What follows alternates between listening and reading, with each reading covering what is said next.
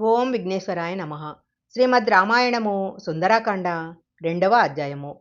లంబగిరి పర్వతం మీద దిగిన హనుమంతుడు సముద్రం వంక చూసి, రాముడి అనుగ్రహం ఉండాలి కానీ ఇలాంటి యోజనాలు ఎన్నైనా దాటి వస్తాను అన్నాడు.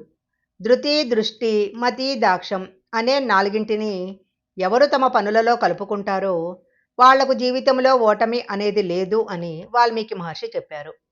ధృతి అంటే పట్టుదల, దృష్టి అంటే మంచి బుద్ధితో ఆలోచించగల సమర్థత, మతి అంటే బుద్ధితో నిర్ణయించాల్సినది, దాక్ష్యం అంటే శక్తి సామర్థ్యాలు.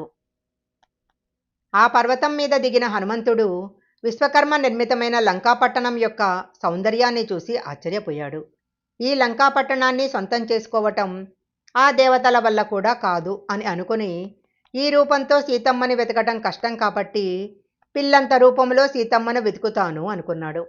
చీకటి పడిన తర్వాత ఆయన పిల్లంత రూపాన్ని పొంది లంక యొక్క రాజద్వారం దగ్గరికి వెళ్ళాడు. అక్కడికి వెళ్ళేసరికి వికటాటహాసం చేస్తూ పర్వతమంత ఆకారంతో ఒక రాక్షస స్త్రీ కనపడింది. ఆమె హనుమంతుడిని చూడగానే, నువ్వెవరు? అరణ్యాలలో తిరిగే కోతివి, నీకు ఇక్కడ ఏం పని, ఇక్కడికి ఎందుకొచ్చావు అని అడిగింది.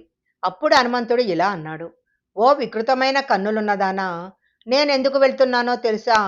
ఒకసారి ఆ వనాలను, ఉపవనాలను, చెట్లను, భవనాలను, సరస్సులను చూసి వచ్చేస్తాను, నాకు అనుమతి ఇవ్వు అన్నాడు. అప్పుడు ఆమె ఇలా అంది, నేను అనుమతి ఇవ్వటం కాదు, నన్ను గెలిచినవాడు మాత్రమే లోపలికి వెళ్ళగలడు, నువ్వు లోపలికి వెళ్ళటానికి వీలు లేదు అంది. సరే, ఇంతకీ ఎవరు నువ్వు అని హనుమంతుడు ఆ స్త్రీని ప్రశ్నించాడు. అప్పుడామె, నేను లోపలున్న రావణుడి పనుపున ఈ లంకాపట్టణాన్ని కాపలా కాస్తుంటాను అని చెప్పి చటుక్కున హనుమంతుడిని తన చేతితో ఒక దెబ్బ కొట్టింది. ఆ దెబ్బకు హనుమంతుడికి ఎక్కడ లేని కోపం వచ్చింది. కుడి చేతితో కొడితే ఆమె చనిపోతుందని తన ఎడమ చేతితో ఒక్క గుద్దు గుద్దాడు. ఆ దెబ్బకు ఆమె కళ్ళు తేలేసి కింద పడిపోయింది. అప్పుడు ఇలా అంది, నన్ను లంక అంటారు, నువ్వు నన్ను గెలిచావు, నేను ఈ రావణాసురుడి బాధ భరించలేకపోతున్నాను, కొన్ని వేల సంవత్సరాల నుంచి నన్ను విసిగిస్తున్నాడు, ఒక వానరుడు వచ్చి నిన్ను గెలిచినప్పుడు నీకు ఈ రావణుడి గొడవ వదిలిపోతుంది అని బ్రహ్మగారు నాకు వరం ఇచ్చారు. ఇప్పుడు నాకు అర్థమైంది, ఈ లంకలోని రాక్షసుల పని రావణుడి పని అయిపోయింది, ఇక నువ్వు లోపలికి వెళ్ళి సీతమ్మను కనిపెట్టు అని రాజద్వారం తెరిచింది. అప్పుడు హనుమంతుడు అక్కడున్న గోడ మీద నుంచి ఎగిరి లోపలికి ఎడమకాలు పెట్టి దూకాడు. లోపలికి వెళ్ళి లంకాపట్టణాన్ని చూడగా అది గంధర్వ నగరమా అన్నట్లుగా ఉంది. అక్కడున్న మేడలు, స్తంభాలు బంగారంతో చేయబడి ఉన్నాయి. అన్నిటికీ నవరత్నాలు తాపడం చేయబడి ఉన్నాయి. స్ఫటికాలతో మెట్లు కట్టబడి ఉన్నాయి. ఎక్కడ చూసినా దిగుడు బావులు, సరోవరాలతో ఆ ప్రాంతం శోభిల్లుతుంది. ఆ ప్రాంతం చెట్లతో, పక్షులతో, పళ్లతో, నెమళ్ల అరుపులతో, ఏనుగులతో, బంగారు రథాలతో అత్యంత రమణీయంగా ఉంది. ఆ రాత్రిపూట ఆకాశంలో ఉన్న చంద్రుడు వెన్నెల కురిపిస్తూ లోకం యొక్క పాపం పోగొట్టేవాడిలా ఉన్నాడు.